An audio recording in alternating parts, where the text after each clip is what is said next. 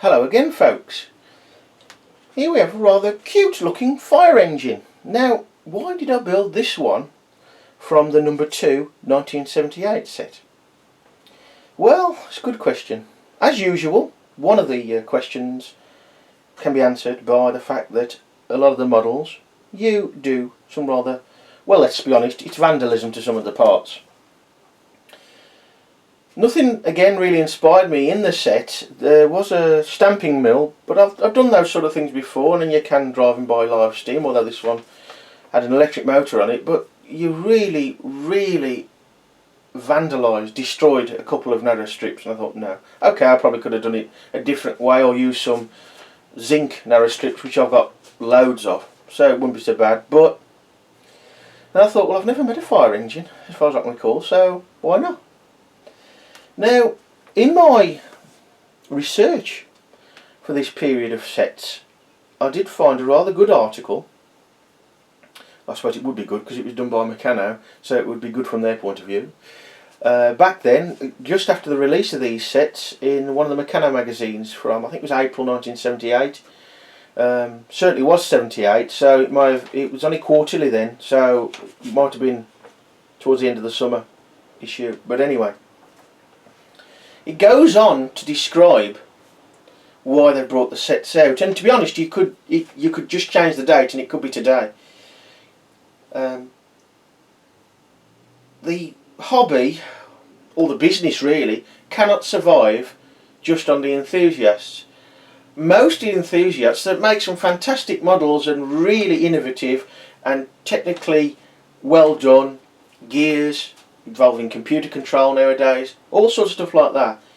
That doesn't keep Meccano going, because even though, and I'm one of them in some ways, but not, I wouldn't call me a full-on traditional Meccano enthusiast. I like some of the new stuff, I don't like it all, but if it was still as popular as it was, say, in the 20s and 30s, now there wouldn't be a need to change a thing. But it isn't. It hasn't been since like 64, 1960s. So hence why it's really been kicked around the floor a bit between different companies, ownerships. It's fair to say it's probably in a better position now than it has been for many years. But it's gone away from the enthusiast route. And it has to survive.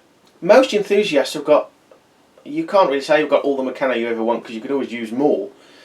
But there are plenty out there who will say, oh, bring the number 10 set back, but they've already got a 10 set or 2 or 3 and more, so why would they buy another one? They wouldn't, especially at the cost. It would be about 3 or 4 grand.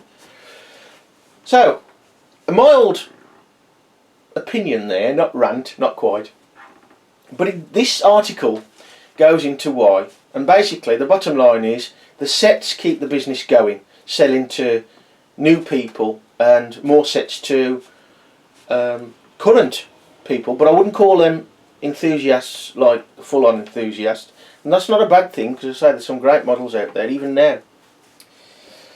However, within this article, I suppose I wanted to freshen up the range, and the blue is great, the dark blue is lovely. The yellow, it's alright, but it does contrast nicely.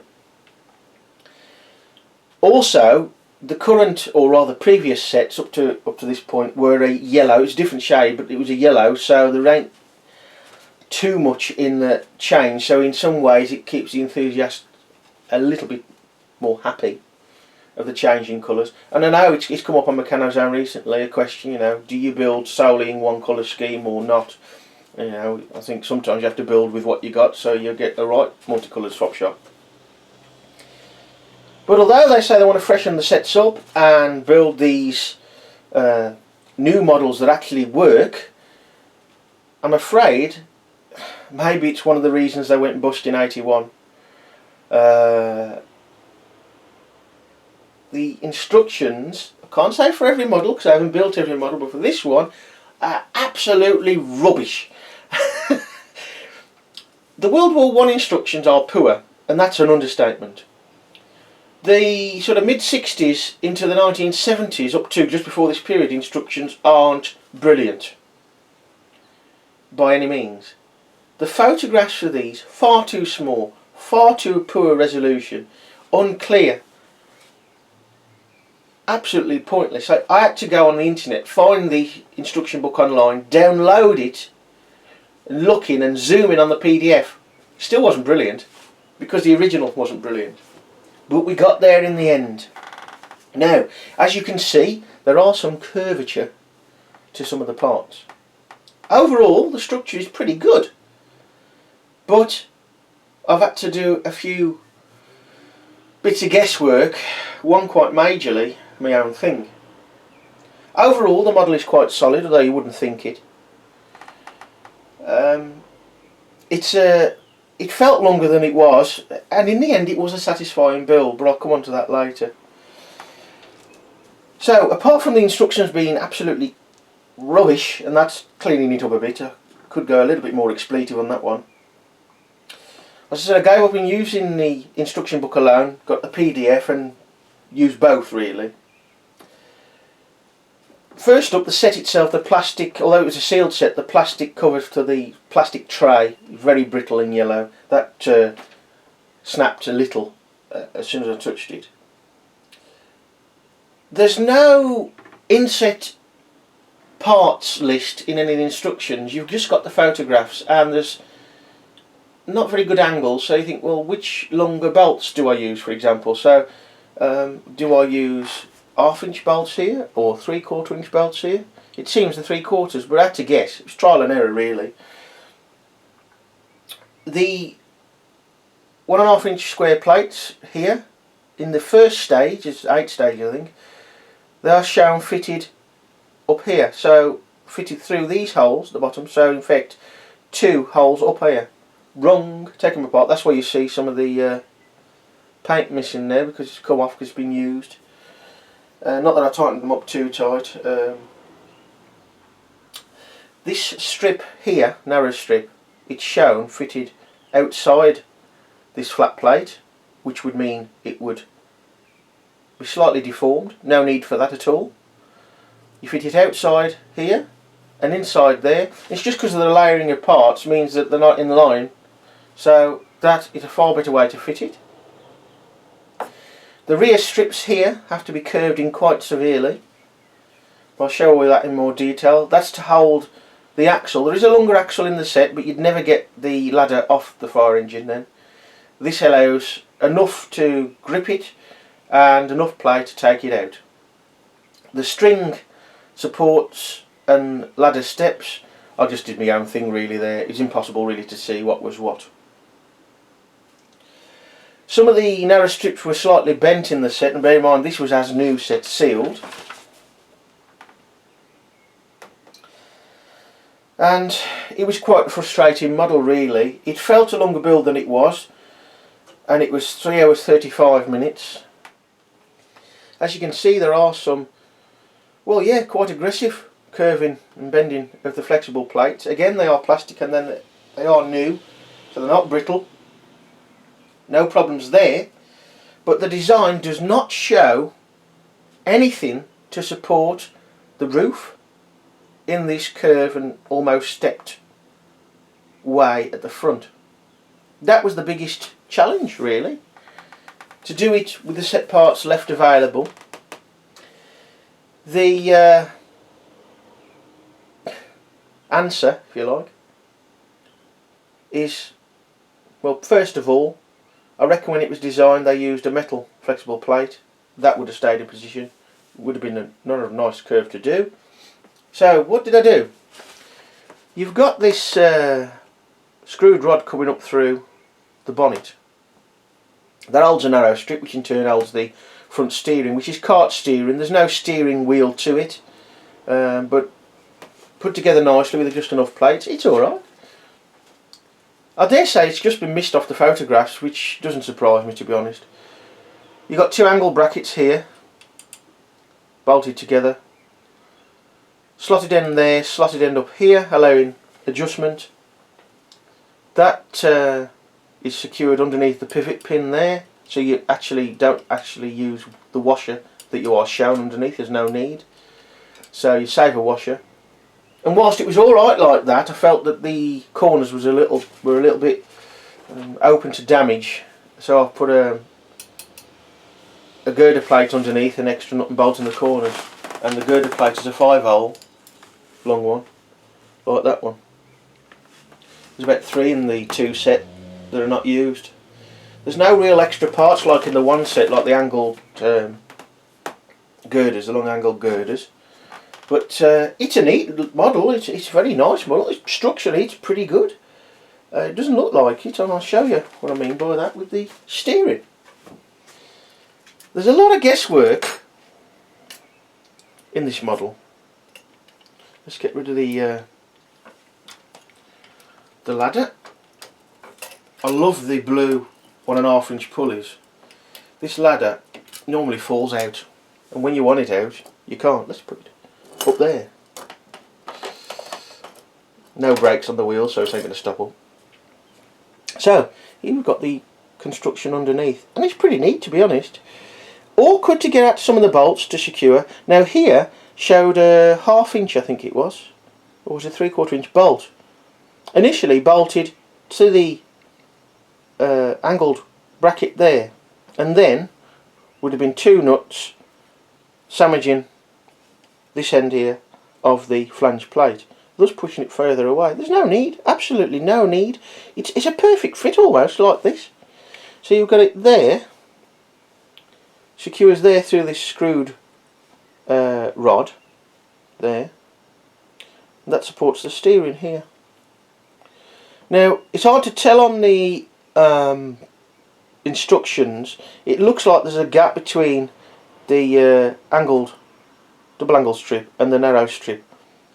It could be a nut, it could be a washer, but that upsets the level of the vehicle. It makes it higher at the front. If it was higher at the back, it wouldn't be so much of a problem. It would look okay, but higher at the front. And I thought, and there is just enough clearance for everything to work, although it will probably mark, or it would anyway, mark the narrow strip.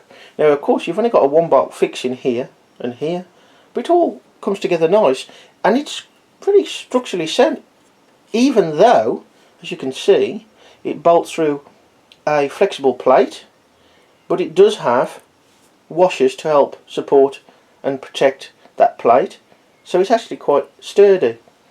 Again, you'll notice, unlike the instructions, a lot of the smaller metal stuff is a brass type finish. They say it isn't brass, but brass type finish to the parts. When they appear to be blue, okay, they're black and white instructions. I don't think there's anything left to put a steering wheel in the set, but here, ooh, this is awkward to show you.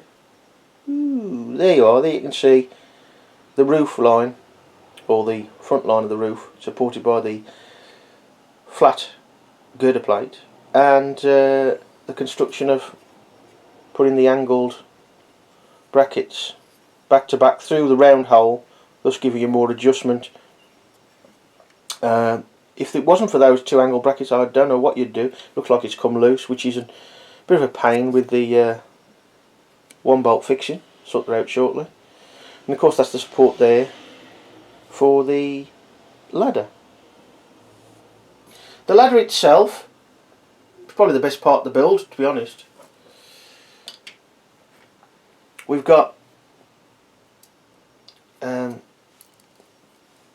bearing channel, 2 2-inch strips, 7.5 inch strip, fish plates, bracket, and the string, which is only for looks really. What's nice is that it only uses 2 bolts at this end, nuts and bolts, and it pivots on the axle. Working out the actual layout of the axle itself was pure guesswork really. It does show you, but doesn't show you, it shows you all the parts you need, but it doesn't show you the end result. It shows you a view of the ladder from side on, a couple of those, but it doesn't show you. Now, because of layering of parts, you've got a gap here, but there's plenty of washers left over, so I'll just put 2 extra washers, one each side, inboard of the 2-inch strips and outboard of the bearing channel. From what I can make out, although it doesn't show this, there's in the photographs there's no bolts holding the 1.5 inch pulleys onto the axle. So that generally means, and I'll have to get this in focus. Struggling today. Mind you, I've dropped a few times. Right, there's no bolts shown to go in the bosses of the 1.5 inch pulleys. So I'll put those in, and basically the spring clips are really just spacers, really. There probably is enough to do it with washers, to be honest. There's quite a few washers and nuts and bolts left over, but I love these blue 1.5 inch pulleys. They're really, really nice. Of course, this is the first time that side's been out there, seeing the light of day, was yesterday. Very nice pulleys those. Lovely. I don't know, perhaps it's just a bit of brass on as well, it helps to show them off. So, there you've got your ladder, and the back end of the fire engine. You can see there the curvature of the strips. I did that by putting, as Ralph Lawton told me, you have 2 axles, one either in each hole, and where you want to bend, and you just put a bit of pressure on, and it bends better. If you did it freehand, it tends to bend across the hole, so that saves your holes. Now that should straighten out alright, but I'm not too keen on having to do it really. Nice little bit of detail is the seat, created by a 1.5 inch long angled girder in there, inside. No, it's basic, but that so it shows a bit of thought, but the instructions shows that there was no thought, what seems to me. So there you are, folks. I don't know if there's anything else I forgot to tell you about it, probably. And there's the ladder in the foreground there. Not a bad looking model by any means, but from the point of view of freshening up the range with the new sets, the new colours, models that apparently work, which there's only actually 2 in this set that use the motor. To build a classic looking fire engine, or vintage fire engine, whilst it's not a bad model once you sort the roof out, it's not really very modern. I mean, this sort of fire engine went out before the Second World War. I mean, there's an episode of Dad's Army when they use one. It's a Leyland, I think. But, you know, it's hardly... I mean, we all like, I suppose, the rose-tinted glasses, look at the history. History's very interesting, or can be. Classic cars, motorbikes, vehicles, all sorts of things. But from the point of view of freshening the set up, there's not much modern about this, apart from the colours. So I think they lost their way here with this one a little bit, from the point of view they was trying to put across. The article really reads like we want more people to buy the sets because that's what pays for the business, that's the best profit. And it is today. But I just can't see, they seem to have lost their way, to be honest. Next up is the Set 3 review. Now I have already built a Set 3 model, because I had 2 of those sets. Same period, I think it's exactly the same year. I don't think I've left anything out of this one. There are plenty, in short, plenty of problems with the instructions in regards to clarity, and there's a few glaring errors, namely the roof. The ladder's nice, the blue's lovely. I think that's about it on this one. The roof is the one to scratch your head about. But as you can see, it can be done, even though it is a bit annoying with the 1 bolt fixing of the 2 angle brackets, but there's nothing else you can do really, apart from using cord, and I don't want to do that. It's a very cheap way of doing things, not very engineering way of doing it really, is it? So there you go, folks. A very frustrating one, even now I can't say the word, in part, but nice when it's finished. Fairly chunky for its size, fairly structurally sound, but somewhat lacking, and I couldn't see really if anybody would have finished the model once they come to the roof. Although you could have it open, I suppose, or do maybe a square. Yeah, you could have done a square section roof, because there's enough, I think there's enough 1.5 inch by 2.5 inch flexible plates and angle brackets. That means you could have fixed it here, up there like that, and brought it over. So there would be another way around it.